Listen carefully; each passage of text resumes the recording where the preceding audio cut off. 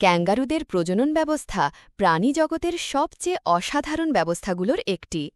Australian মিউজিয়ামের তথ্য অনুযায়ী মাদি ক্যাঙ্গারুর থাকে ৩টি প্রজনন পথ, ভ্যাজাইনা, এবং ২টি জরায়ু।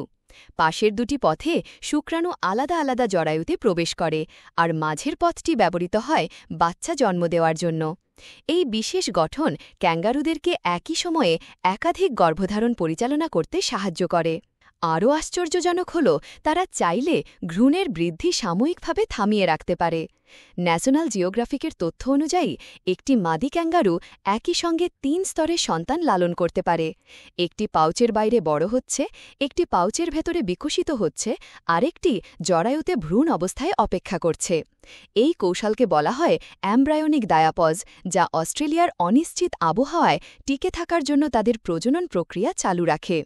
নবজাতক জয়ী যখন জন্মায়, তার আকার হয় মাত্র একটি জেলিবিনের মতো ছোট। জন্মের সঙ্গে সঙ্গে সে হামাগুড়ি দিয়ে পাউচে ঢুকে পড়ে। সম্পূর্ণ অন্ধ ও লোমহীন হওয়া সত্ত্বেও সে প্রবল প্রবৃত্তি দিয়ে পাউচের ভেতরে মায়ের স্তন্যনালী খুঁজে নেয় এবং সেটিতে আঁকড়ে ধরে মাসের পর মাস সেখানে বেড়ে ওঠে। গ্রন্থনা অধ্যক্ষ মহসিন আলী আঙুর, সম্পাদক ও প্রকাশক, মুজিবনগর খবর.com, মেহেরপুর।